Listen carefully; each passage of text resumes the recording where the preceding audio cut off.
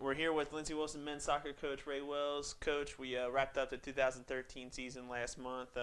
What are your main takeaways from the year, and what did you learn from this team?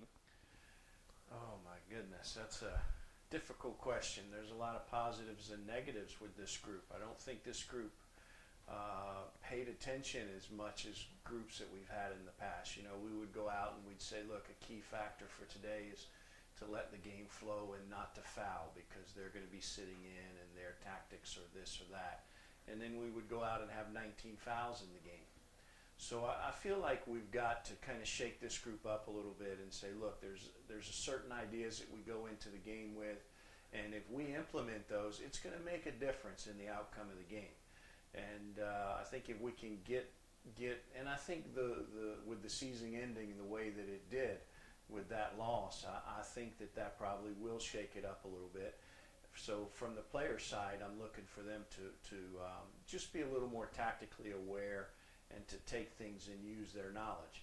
Now from the coach's side, we've got to be able to get their attention, and that's going to have that doesn't mean that they're going to be running around and doing jumping jacks and pull-ups. It means that we've got to get the point across in a positive way.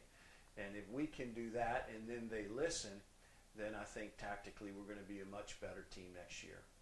You brought in quite a few new faces to go along with your experienced ones. Just talk about some of the difficulties you can have where you're bringing in all these new players from different playing styles and try to get them to play as one single unit.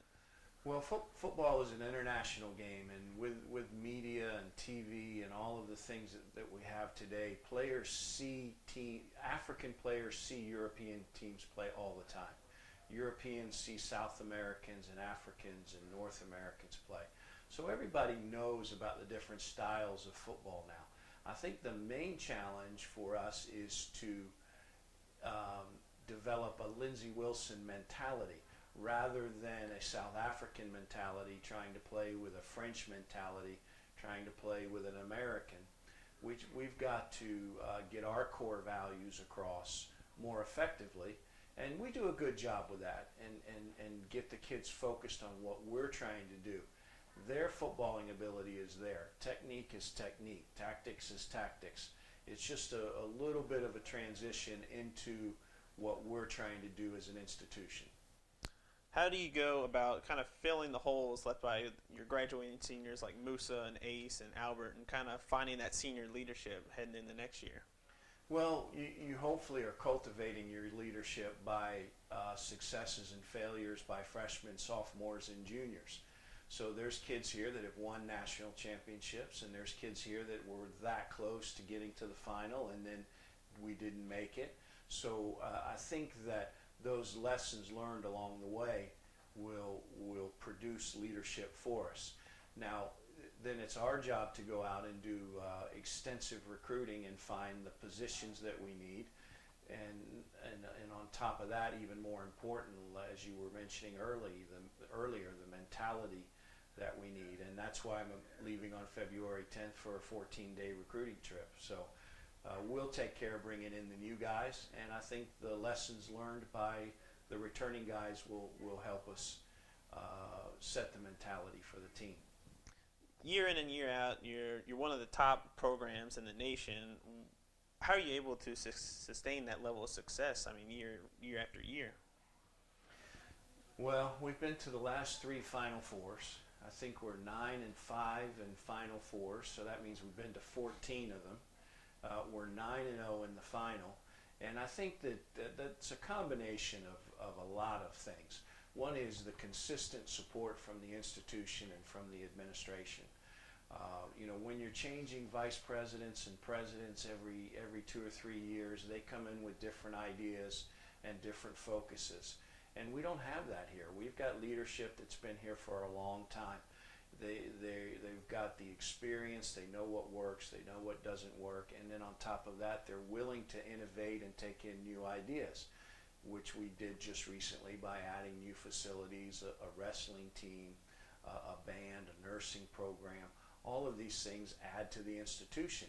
So you take the stability that we've always had, and then you combine innovative ideas, that helps you move forward. On top of that, I'll pat myself on the back just a little bit. I haven't gotten lazy. I haven't gotten comfortable. Yeah, we've won 9 national championships, and that's enough.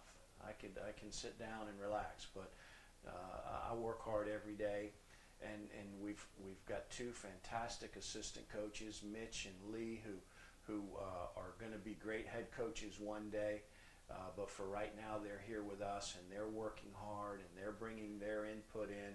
So I think it's just a combination of 100 things, some of them bigger and some of them less important. But when you combine all of it and you put it on a stable platform and push your ideas forward, you can stay on top. And I'm proud to say that we have done that, and we are the best program in the country.